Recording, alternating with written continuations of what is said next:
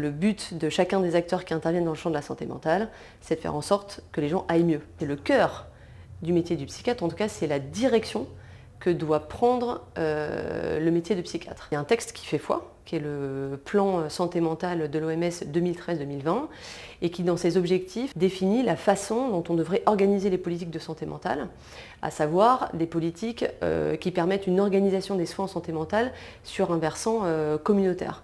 Donc le développement de services communautaires qui évite à la personne de recevoir des soins uniquement dans des contextes hospitaliers. C'est quelque chose qui ne peut pas seulement être porté par la psychiatrie, mais par contre c'est le fil rouge que chacun des accompagnants doit suivre, parce que le but étant que la personne aille mieux. C'est un changement de paradigme, c'est une autre façon de concevoir le soin, c'est imaginer que l'amendement des symptômes et le contrôle des symptômes via une approche très sanitarisée ne suffit pas.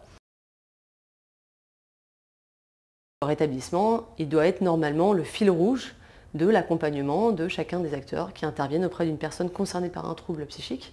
L'idée, c'est d'avoir une approche d'accompagnement qui est centrée sur les besoins de la personne, partant du principe qu'elle va pouvoir récupérer de son pouvoir d'agir. C'est la reprise de pouvoir sur soi, de pouvoir sur ses décisions, de pouvoir sur ses choix de vie. Si on considère que le rétablissement est une approche centrée sur la personne et que du coup, elle aide la personne à gagner en pouvoir d'agir sur soi, elle doit le soutenir dans le processus d'inclusion sociale et de recouvrement de sa pleine citoyenneté. Être pleinement citoyen, c'est bénéficier d'un logement, bénéficier d'un emploi, bénéficier d'un soutien, d'un tissu social, essayer de faire en sorte qu'il y ait au moins des rapports de concitoyenneté entre les gens.